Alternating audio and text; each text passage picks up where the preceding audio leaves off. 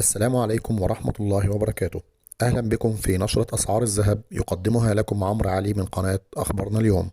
رجاء لا تنسوا الاشتراك في القناة عن طريق الضغط على زر الاشتراك باللون الأحمر أسفل الفيديو وتفعيل زر الجرس ليصلكم كل جديد من الأخبار أولا بأول.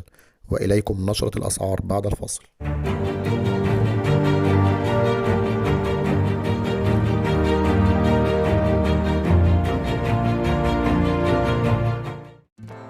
أهلا بكم.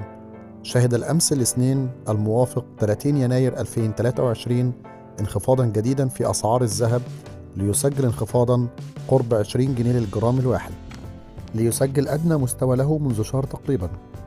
وإليكم أسعار أعيرة الذهب في بداية تعاملات اليوم الثلاثاء الموافق 31 يناير 2023. عيار 24 1965 جنيه و75 قرش للبيع، 1954 جنيه و25 قرش للشراء. عيار 22 1802 جنيه للبيع، 1791 جنيه و50 قرش للشراء. عيار 21 1720 جنيه للبيع، 1710 جنيه للشراء.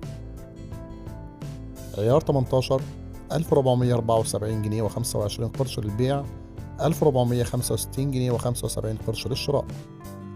عيار 14 1146 جنيه و75 قرش للبيع، 1140 جنيه للشراء.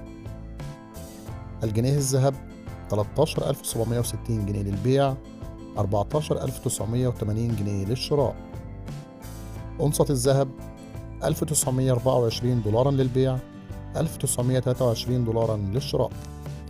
وفي النهاية نشكركم على متابعتكم لنا، ولا تنسوا الإعجاب بالفيديو والاشتراك بالقناة وتفعيل زر الجرس ليصلكم كل جديد من أخبار وأسعار خلال اليوم.